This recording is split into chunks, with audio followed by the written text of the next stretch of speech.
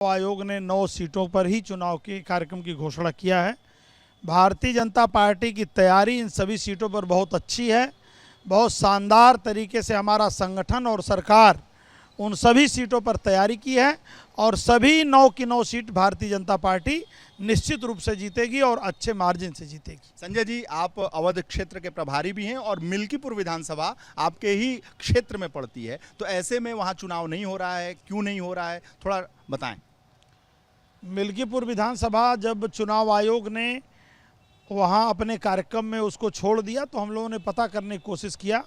पिछले 2022 के इलेक्शन में जो अवधेश प्रसाद जी चुनाव जीते थे उनके खिलाफ एक याचिका हाई कोर्ट के लखनऊ बेंच में पड़ी हुई है और वो याचिका इस बात के लिए थी कि अवधेश प्रसाद जी का जो नोटरी वकील हैं, जो उनका शपथ पत्र बनाए, उन्होंने शपथ पत्र बनाने वाले वकील का जो नोटरी का लाइसेंस होता है वह लाइसेंस 3-4 साल पहले ही डिबार हो चुका था।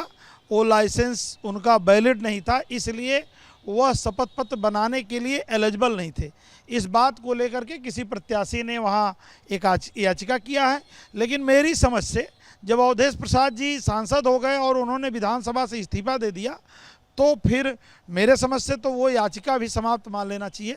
अब आगे जो है कि चुनाव आयोग जैसा निर्णय लेगा, पार्टी उस अनुरूप जो है वहाँ काम करेगी। वो याचिका आपके ही हारे हुए प्रत्याशी गोरख बाबा ने डाली थी। मुझे इसकी जानकारी नहीं है, आप बता रहे हैं तो सही बता रहे होंगे।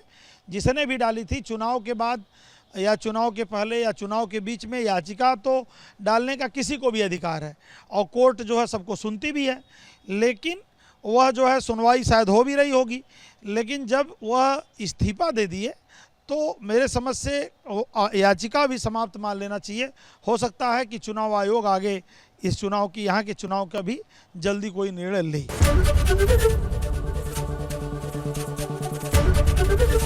एबीपी गंगा, खबर आपकी, जुबान आपकी।